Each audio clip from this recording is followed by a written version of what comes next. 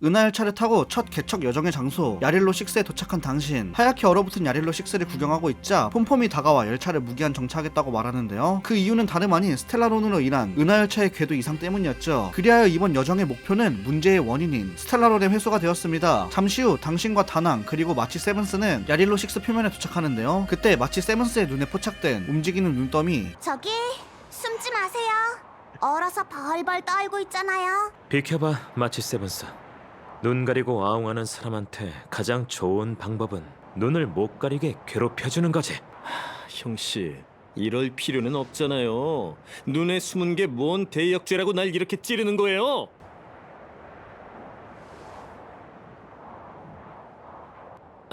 하지만 영웅님들을 탓할 순 없죠.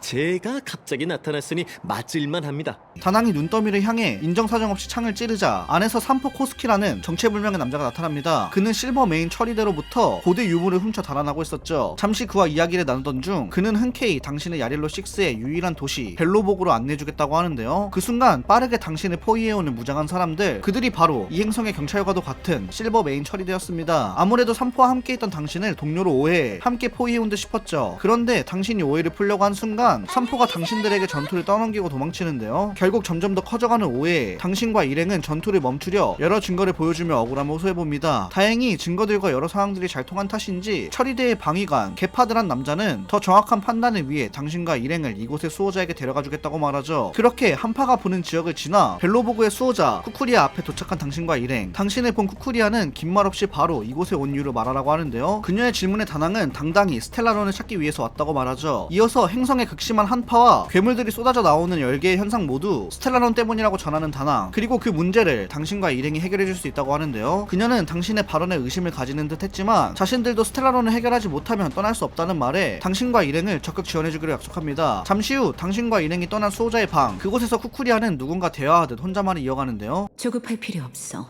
내게 방법이 있다.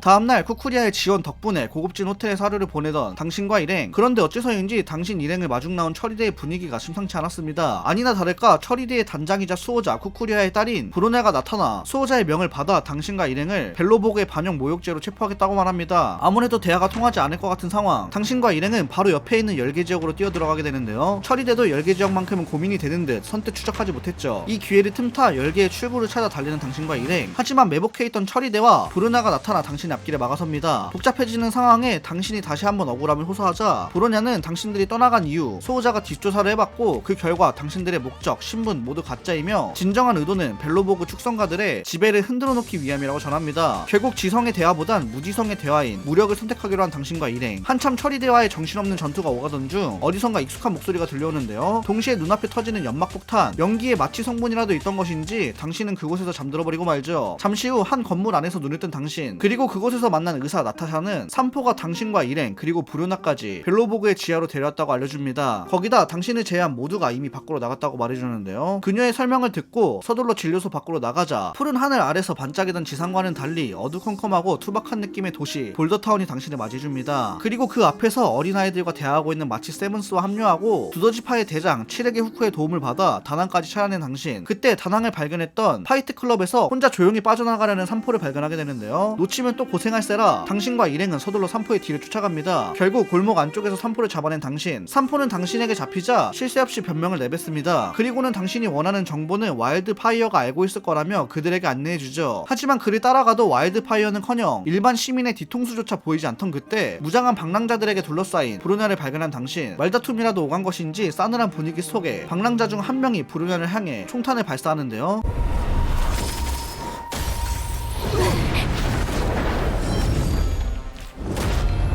감히 우리 구역에서 설치다니.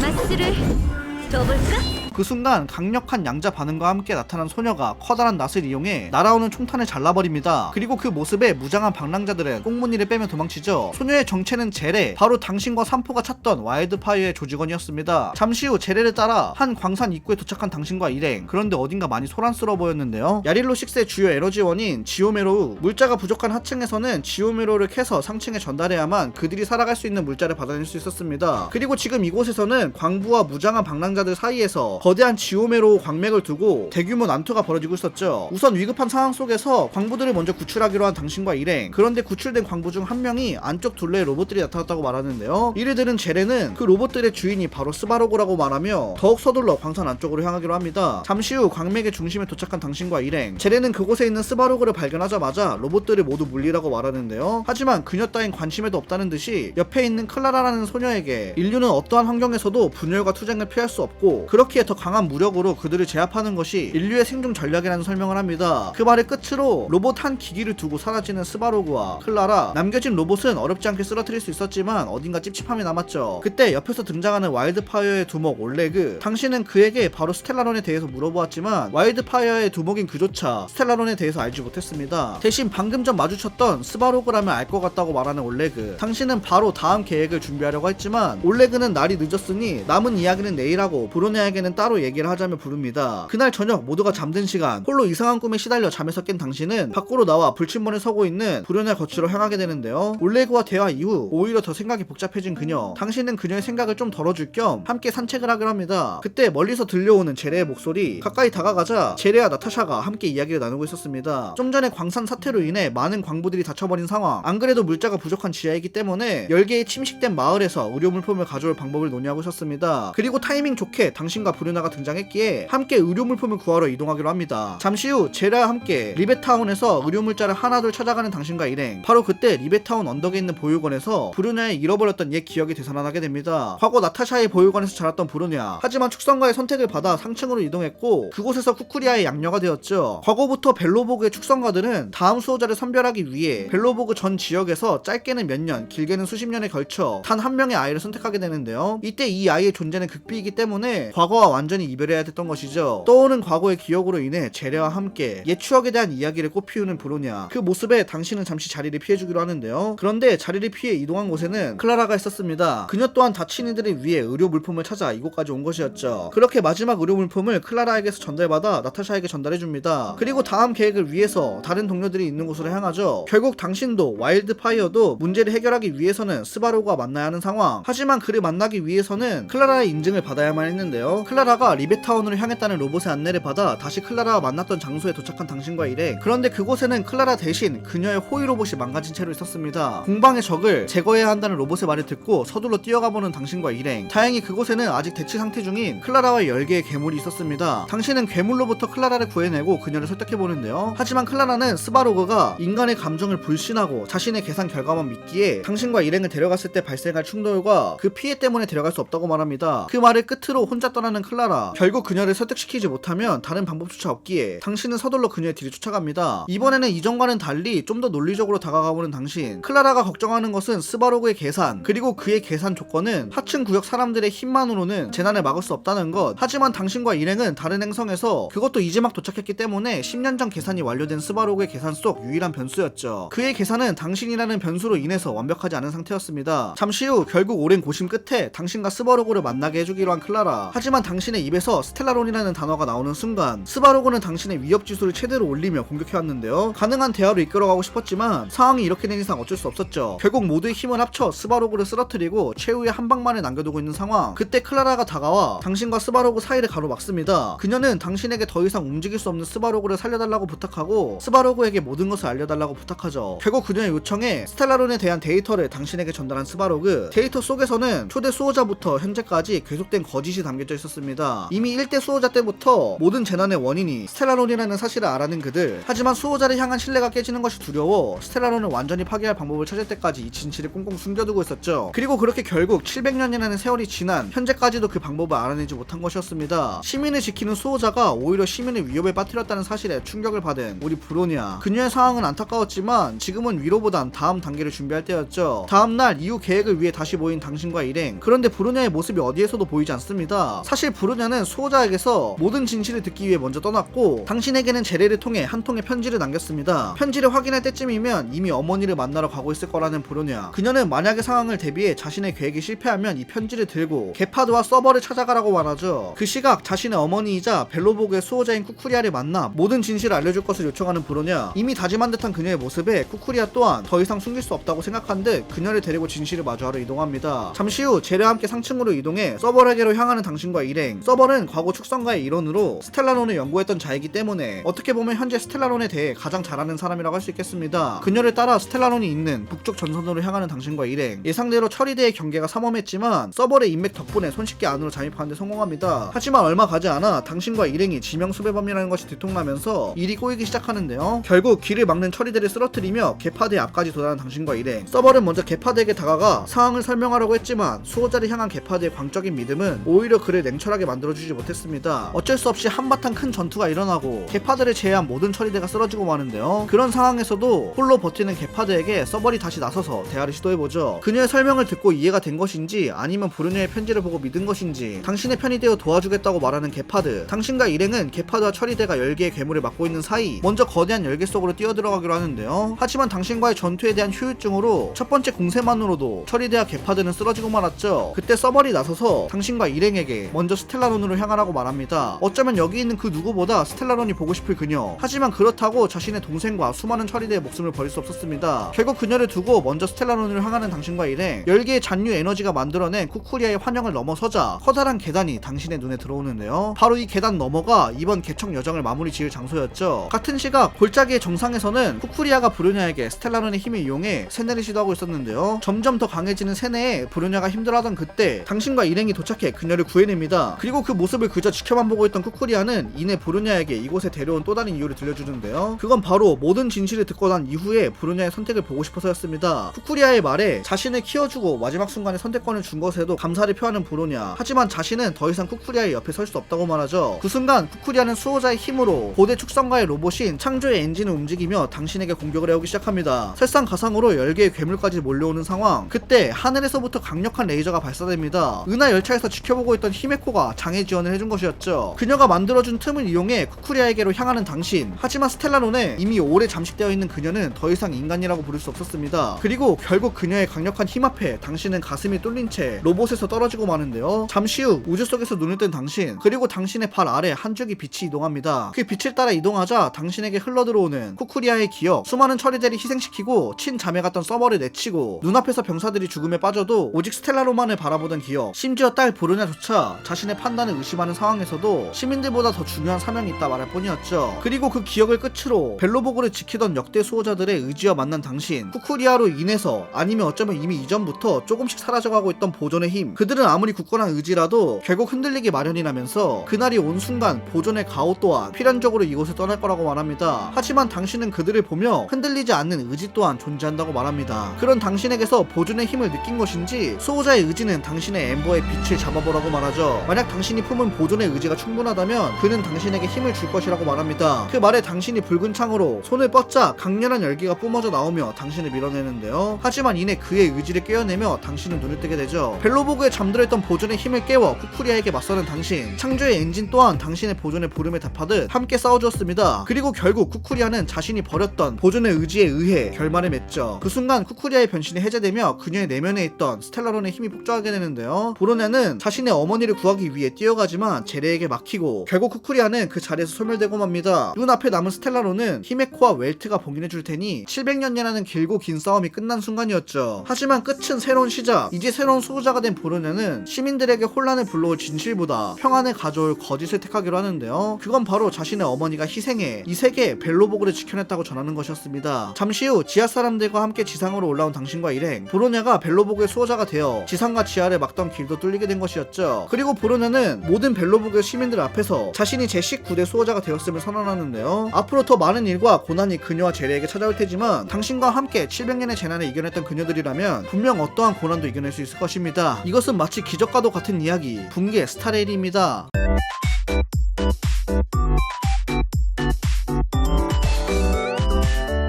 오늘은 저번편에 이어 4월에 출시한 수집형 JRPG 게임 붕괴 스타레일의 스토리 쿠쿠리아 편까지 다뤄보았는데요. 영상을 제작하면서 정말 거대한 매력적인 세계관과 캐릭터들이 이 게임에 큰 재미로 다가왔습니다. 최근에는 저도 정말 재밌게 플레이하고 있으며 이 다음 영상으로는 붕괴 스타레일을 플레이해본 소감과 후기를 제작해서 업로드해볼까요. 이번 영상 대본 역시 온차님이 많은 도움을 주셨고요. 관심이 있으신 분들은 온차님 채널도 꼭 들어가셔서 시청해보세요. 그럼 저는 다음 영상으로 찾아뵙도록 하겠습니다. 오늘 영상이 재밌으셨다면 좋아요, 구독까지 부탁드립니다.